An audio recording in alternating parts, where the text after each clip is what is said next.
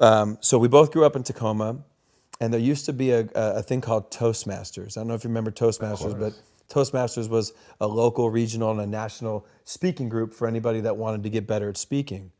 Well, my dad had gone to a Toastmasters early on and heard one of the most successful magazine entrepreneurs in the world speak.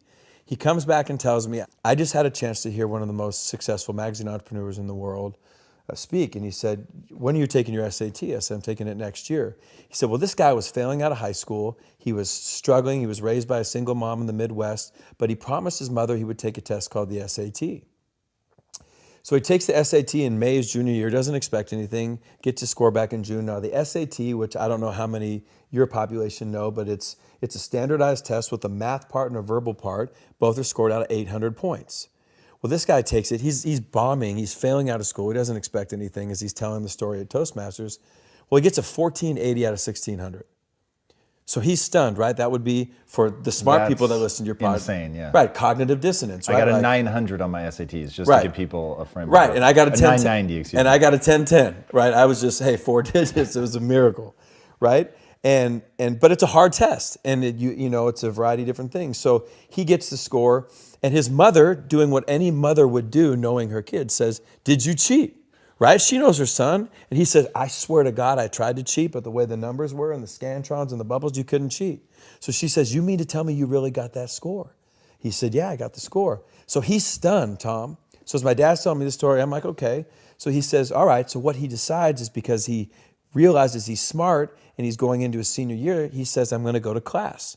Now he starts to go to class. He doesn't hang out with who he did when he didn't go to class. All right? Teachers see him in class and they said, hey, maybe Franklin Pierce, maybe we missed the boat on this kid. So they start to treat him differently.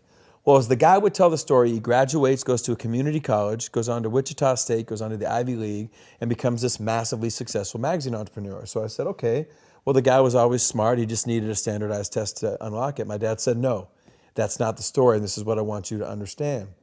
He said, 12 years after all this guy's success, he gets a letter in the mail from Princeton, New Jersey. Doesn't think anything about it. The next day, his wife says, you're going to open it. He opens it. True story, turns out the SAT board will periodically review their test-taking procedures and the policies. The year he took the test, he was one of 13 people sent the wrong SAT score. His actual score was a 740 out of 1,600. And he said, people think my whole life changed when I got the 1480. But what happened? My whole life changed when I started acting like a 1480.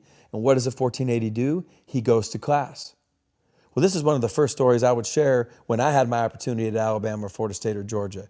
So A, your language is powerful, but number two, your behavior is way ahead of your success.